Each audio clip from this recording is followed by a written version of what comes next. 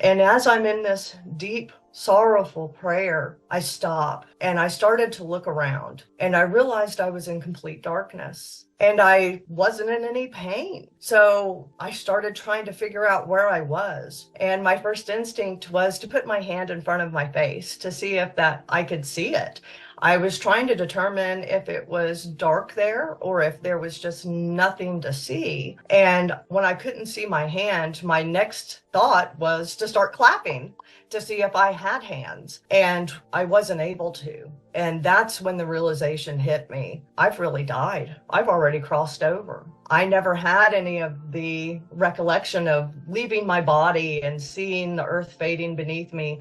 I think I was in such a deep sorrow that I didn't even notice that I had crossed over. So as I'm sitting there in the darkness, I start trying to accept what has happened to me and that I have died. And I'm still thinking about my husband and children. As I'm waiting, I'm praying for them. Lord, if they've found my body, please comfort them. And I'm waiting expectantly. And as I sat and waited, the longer and longer that time passed, the more concerned I started becoming because nothing was happening and no one was coming for me. And so that happy expectation started turning to anxiety and concern as I waited. And I didn't understand why I wasn't immediately in heaven. I started worrying that I was about to go to judgment. So I was trying to prepare to, this is the moment. I'm either going to go to heaven or I'm going to go to hell. And Jesus be my righteousness. I can't get into heaven without you. Obviously, there's something that has separated me from being able to be there. And I'm trying to process why I am stuck in this darkness alone and what I have done that could have separated me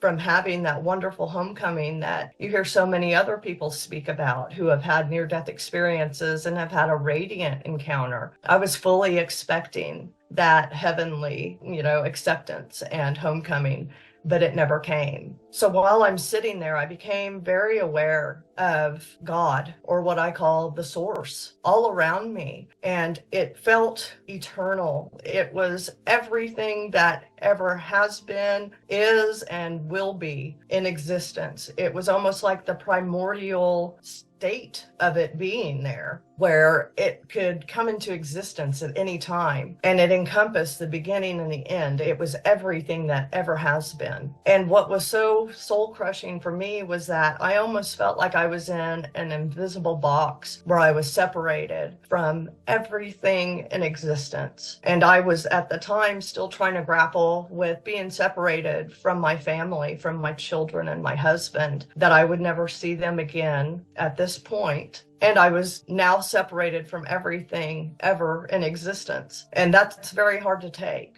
I couldn't understand it. And so I had not a life review, but a deep soul searching, a self-reflection time where I was trying to determine what has separated me. Why am I so horrible? I don't understand. And I started looking at my life and how I've treated others, and I didn't find myself lacking. I found that I had always been kind and loved people to my best ability. But whenever I looked at loving myself, I saw that I had failed terribly in that regard. I failed to love myself enough to think myself even worthy. And it had held me back from so many things that I was supposed to be doing in this life. And I understood that at that point. Once that happened, immediately I felt a presence come up over my left shoulder, and I could not identify him as being human.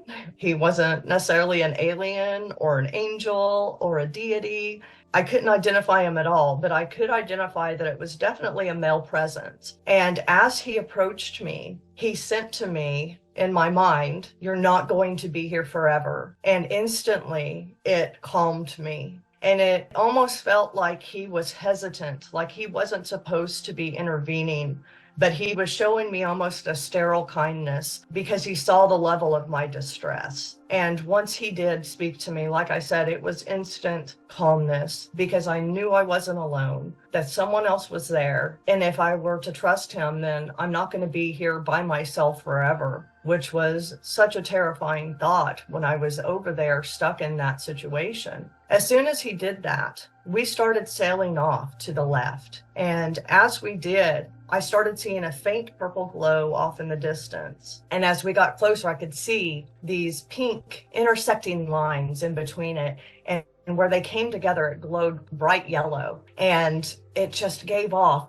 immense love. And it resembled really a map of brain neurons is how I would describe it whenever I first returned and first started speaking about it. Since then, I've seen pictures of the cosmic web, and it echoes what a map of brain neurons looks like.